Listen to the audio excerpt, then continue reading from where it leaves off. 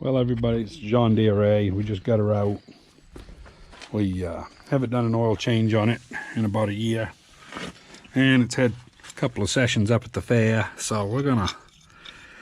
I know a lot of you John Deere purists. You know where this plug is. But for those of you who don't, this forward one here is the oil, and this oil probably is going to have water in it.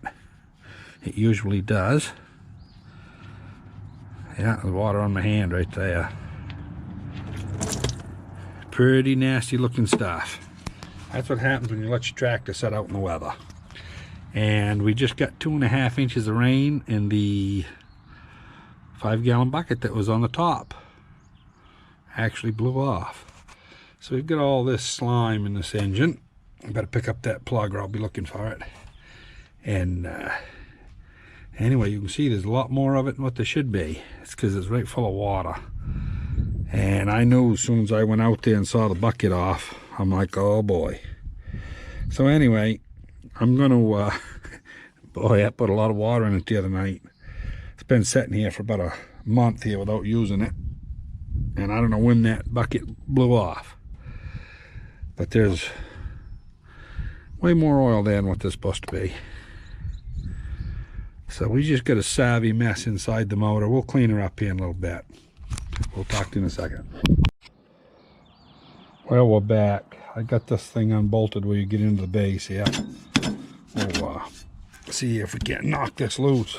Might have to get a rubber mallet, I guess. That should just thump right loose. Oh, rubber mallet's right here where I left it last night.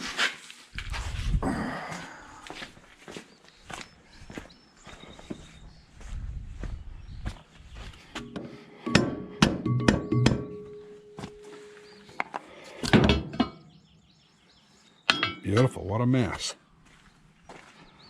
So we're going to have to do some washing here on some of this stuff.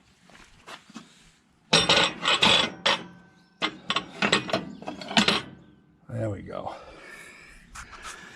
Yeah, it don't look too bad. I don't know if you can see in there. I mean, that watery oil, there's not a lot of it.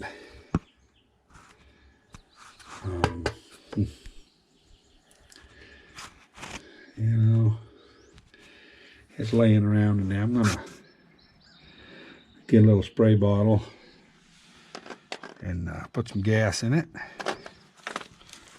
and we'll do a little bit of rinsing, get that crap out of there.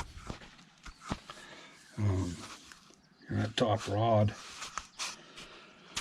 Oh, let's see. I don't know if we can find a spot safe to put that without it going into the drink or not. Probably not. Better hang on to it. Anyway, there's no clearance in them, so nothing's been hurt. So,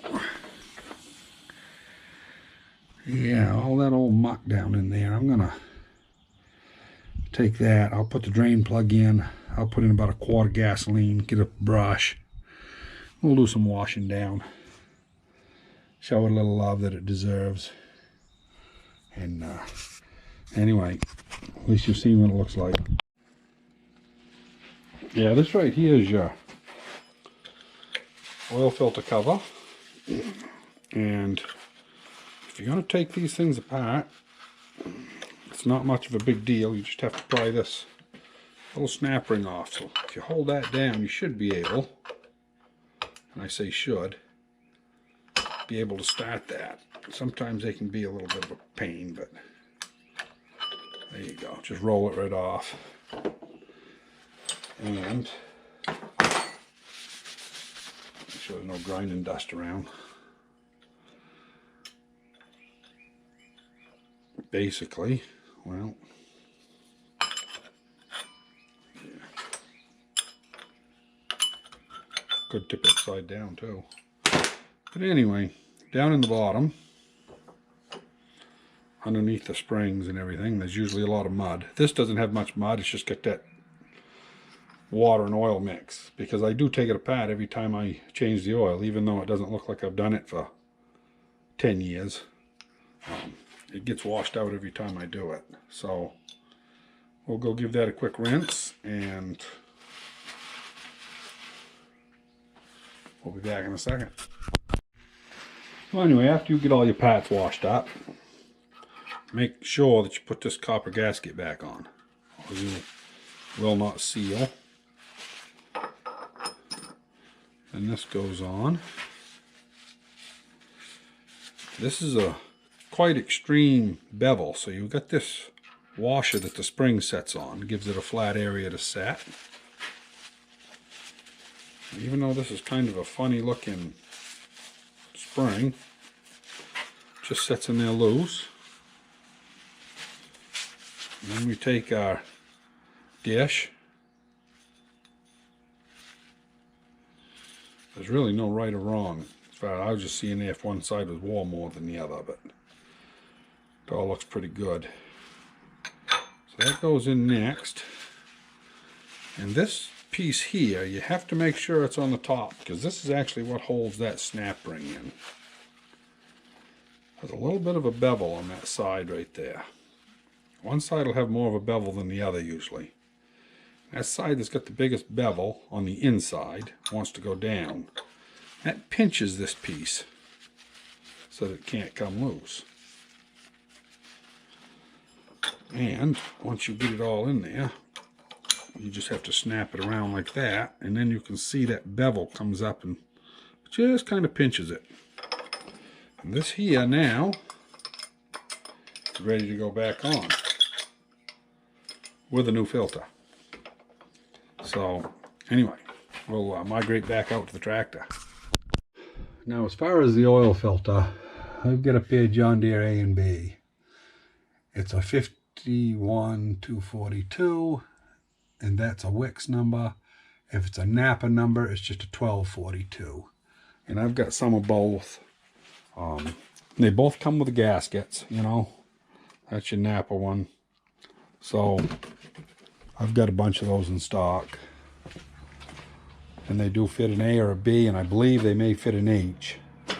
I had an H years and years ago, and I'm pretty sure they took the same filter, but I wouldn't swear to that. But I know the A and the B are the same. So anyway, just thought I'd show you that. Now, there's one thing here. I just put some gas in this crankcase, and I was going to wash it. I wasn't going to bother filming anything, but I thought that I would show you this before you ever get your arms inside one of them crankcases. Get them plug wires off, because even though I ran it out of fuel to shut it off, I'll tell you, I want them things grounded just like that. And you could pull them out of here too, but usually you just pull them off and ground them. Anyway, because I'm going to be rotating this, I'll have the petcocks open. I'll be rotating it around to be able to wash. And that way, if there should happen to be any fumes that get anywhere, especially when you're washing with gas, I don't want to lose a friggin' arm in there or a hand or something. So anyway, I'll be back in a minute. Well, we got it all fairly well cleaned in there. Doesn't look too bad. There's a little bit of mud running down the walls here, and I'll wipe that with a paper towel, but the lines are still full, and I'm not actually going to start it and do a diesel flush or anything. I don't have any diesel in buckets, and I think I'm just going to, that'll push through all right, and it won't hurt nothing.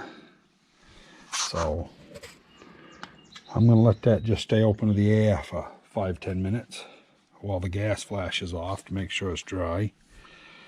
And during that time, I'll dig the O-ring out of the oil filter housing, and I'll put that in. Well, we're down here where the oil filter cam comes out, and right there's an O-ring. Just peel it out like so, and they come out easy if you've been doing them every time you change the oil. If you do not do them every time you change the oil and you leave them in there till they get hard, they can be a son of a gun. And I've got 2 of them here. That comes with a kit. I'm pretty sure it's the smallest of the 2. Yeah, pretty sure. So that's pretty hard work to do with one hand. But anyway, we're going to see if we can do it.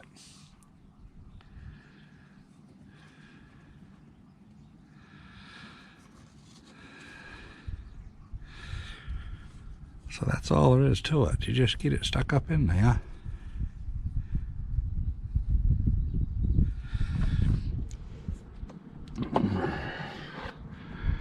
And then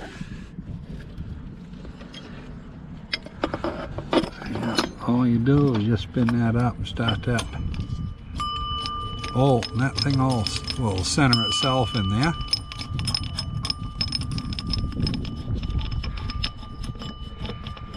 And take a pipe wrench, or not a pipe wrench, but an adjustable, and tighten it up.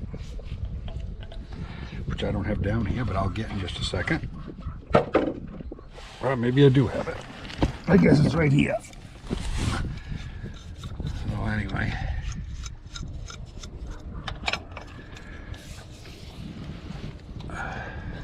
And you don't have to kill them. I see a lot of people, they'll tighten a little 1/8" pipe plug or any pipe plug and they kill it. And it's like, boy, pipe plugs, you won't tighten them and you can't get them apart. So anyway, that's all that needs to be done on the lower end. I'm going to put the oil, I'll dump it right through here while it's open. It looks pretty good in there. And we'll tighten this old girl back up and start it and see what she's got for oil pressure. So, if anybody's curious, yeah, I do run good oil and stuff. Good old Rotella T.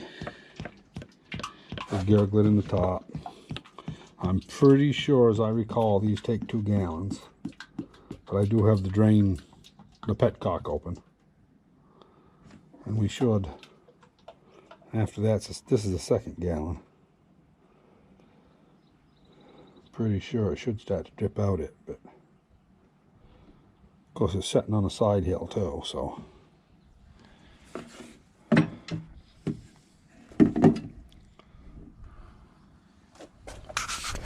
Let's see what we got in there for oil. I gotta go to the other side.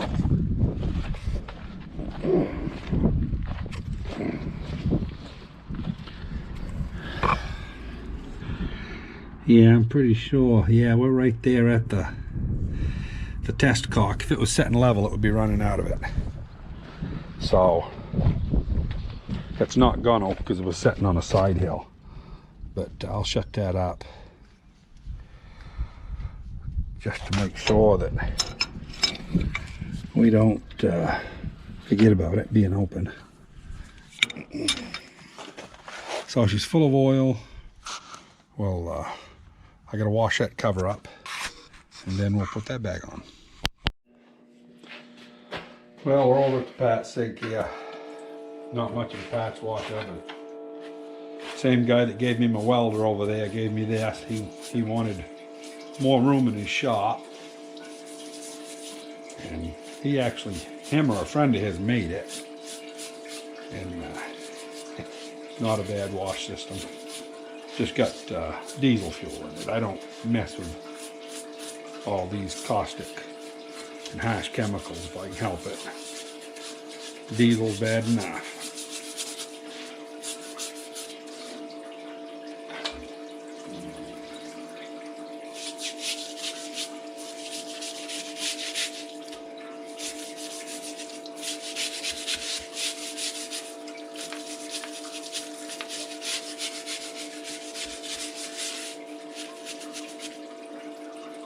Wow. Now we'll set that over here so it'll dry.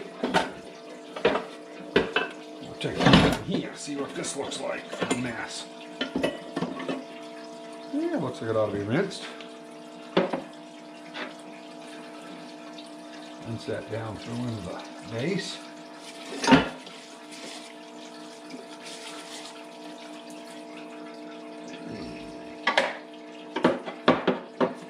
These are supposed to have, this crankcase breather is supposed to have oil in it. So if you do flush them out like this once in a while, because it will have dust and dirt and crap in it. Make sure you don't put it together dry. Run some oil through it before you put it in. It don't matter if it's used or whatever, just make sure it's wet with oil. Of course, there are people out there that'll say, used oil, but you know, I wouldn't put the stuff that I just drained out of that tractor into it. You know, I'm talking something halfway respectable. But that don't look too bad. Looks fairly clean.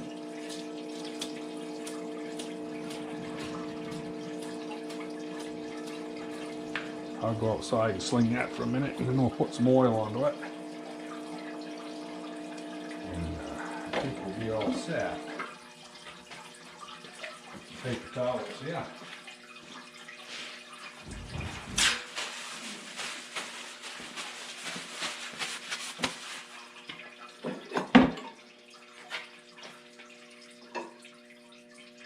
Will those stay there?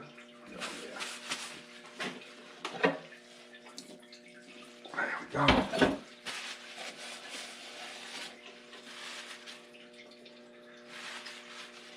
Felt looks good.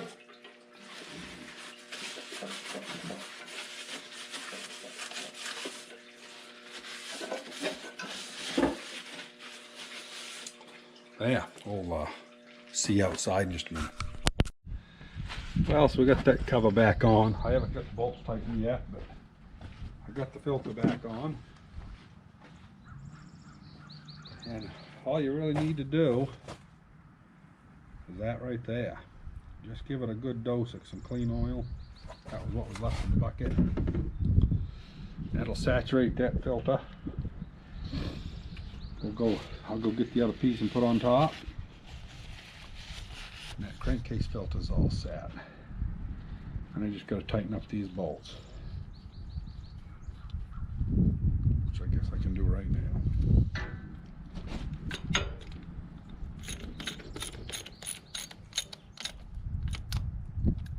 On these cork gaskets under this crankcase cover, I never put any sealer on the top of it. You know, I know some guys, they believe in gluing stuff right up, but I like to just glue it down to the deck and just leave the cork just the way it is, nice and dry. And then when you want to get the cover off again, usually all you have to do is tap it with a hammer or the palm of your hand, and it'll come right off, and that way you can flush these crankcases easy without a lot of trouble. Because I do this, like I say, every year or two. I do this little, I open it up and look at it, and I do the same thing every time. It always sets out in the weather here, so if I don't get the exhaust covered, it makes a mess inside. But anyway, well, just had a break for lunch, so just got done greasing it. I didn't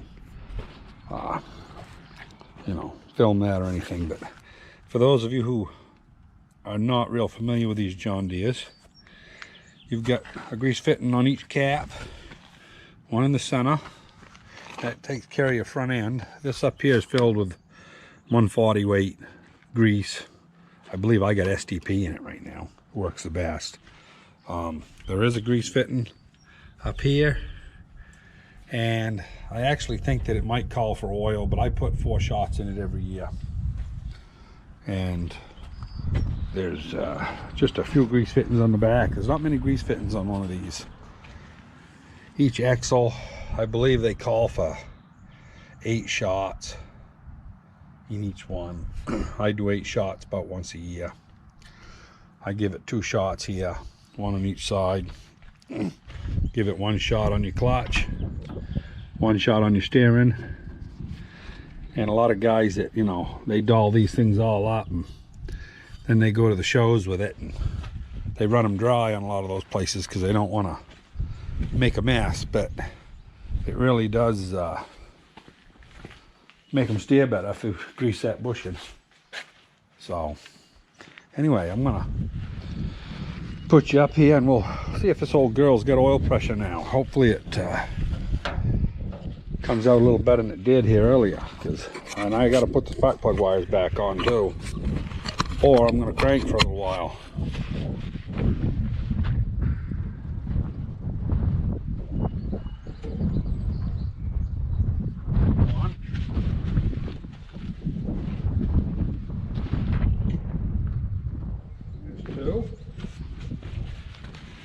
Fuel is on. Make sure she's in neutral. Clutch back.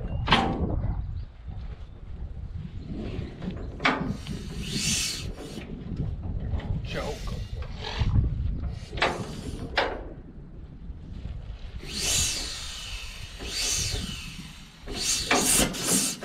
Almost.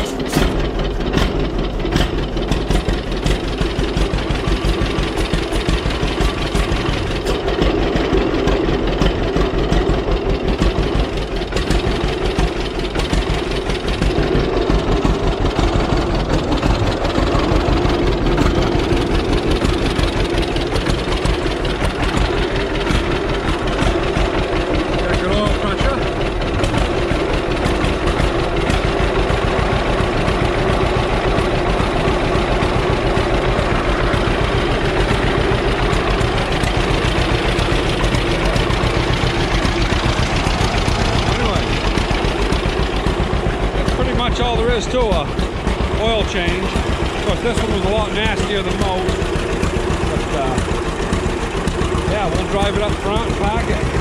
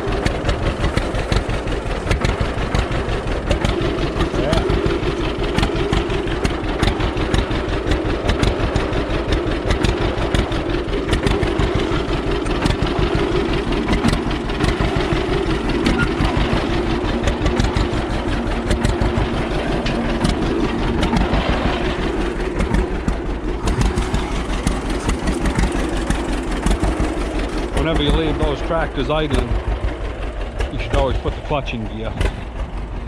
There's a Hyatt bearing inside that clutch, and you have to take it all apart to grease it. It's supposed to be done every year, and if you don't let them do a lot of idling with that thing not engaged, you know, you can get 10 years or so without worrying about it. But there's a lot of them out there that probably haven't been greased for 40 years. But anyway, so that's a nasty oil change. Hopefully I won't have it that bad again, but like I say, it got a lot of water into it because the exhaust cover blew off. But anyway, we'll talk to you later. Hope you enjoyed, and you know, if you're not a real John Deere man and you just happen to get your first one, maybe you might even learn something, you know. Anyway, if you liked it, click the like, and I don't mind subscribers either. Talk to you later.